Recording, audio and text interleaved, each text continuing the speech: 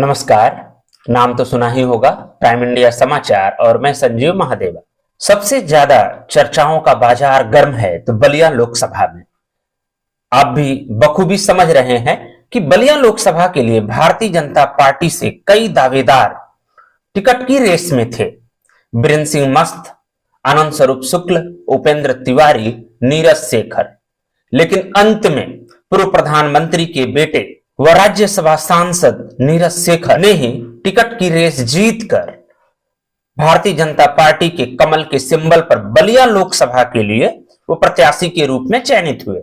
अब कई चट्टी चौराहों पर गर्म चाय की चुस्कियों के साथ साथ अटकलों का बाजार भी गर्म है और साथ ही जो भी जैसे भी कई चट्टी चौराहों पे जुट रहे हैं वे गर्म चाय की चुस्की के साथ साथ अटकलों की भी चुस्की ले रहे हैं। सबका अपना अलग अलग अनुमान है।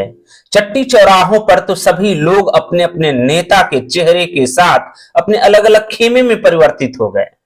कोई उपेंद्र तिवारी का खेमा, तो कोई नीरज शेखर का खेमा, तो कोई बीरेंद्र सिंह मस्त का खेमा, तो कोई आनंद स्वरूप शुक्ल का खेमा।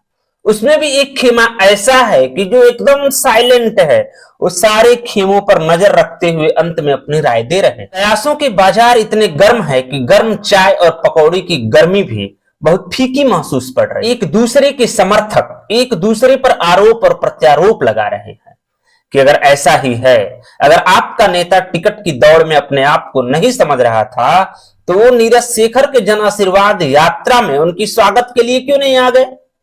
एक तो खेमा यहां तक कह पड़ा कि बीरेंद्र सिंह मस्त भी नीरज शेखर के जन आशीर्वाद यात्रा में कहीं नहीं दिखे। खफा है तभी तो ऐसा हुआ होगा। दूसरा खेमा तो यह कहते हुए थोड़ा भी गुरेज नहीं किया, आनंद स्वरूप शुक्ल की नाराजगी तो भला देखिए कि बैरिया से कभी ना चुनाव लड़ने की घोषणा कर डाली। बात आती है उपेंद्र तिवारी की तो उनके नामों को लेकर कुछ लोगों ने यहां तक कहा कि कुछ बात तो जरूर होगी, तभी तो अखबार में उनके समाजवादी पार्टी के सिंबल पर चुनाव लड़ने की चर्चा हो गई। हालांकि उपेंद्र तिवारी ने सीधे ही अपने फेसबुक पेज पर आकर इस खबर का खंडन किया और इसे विपक्षियों द्वारा बदनाम करने की साजिश करार दी गई। लेकिन चर्चा यह भी उठी कि अगर यही बात है, अगर उपेंद्र तिवारी नाराज नहीं है तो नीरज शेखर के जन आशीर्वाद यात्रा में उनके स्वागत में क्यों नहीं दिखे। लेकिन उपेंद्र तिवारी ने 22 अप्रैल को ही एक जनसंपर्क सभा का आयोजन किया है। हालांकि नीरज शेखर के जन आशीर्वाद यात्रा में बलिया में मंत्री दयाशंकर सिंह ने पूरे दमखम के साथ हिस्सा लिया और उनका स्वागत किया। चुनाव है तो अटकलें भी होंगी, कयास भी लगेंगे, अनुमान भी लगेंगे और अफवाहों का बाजार भी गर्म होगा।